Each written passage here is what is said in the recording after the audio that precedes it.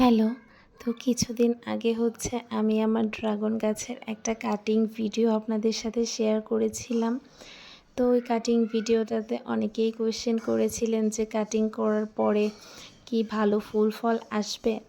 তো রেজাল্টটা আপনাদের চোখের সামনেই দেখতে পাচ্ছেন। কাটিং করার পর আমি বাসায় ছিলাম না, 15 দিন পর আমি আজকে বাসায় আসলাম।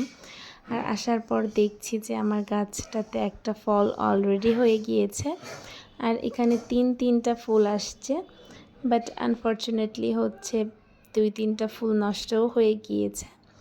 যেহেতু ইদানিং খুব বৃষ্টি হচ্ছে, বৃষ্টির কারণে কিন্তু ফুলগুলো নষ্ট হয়ে যায়।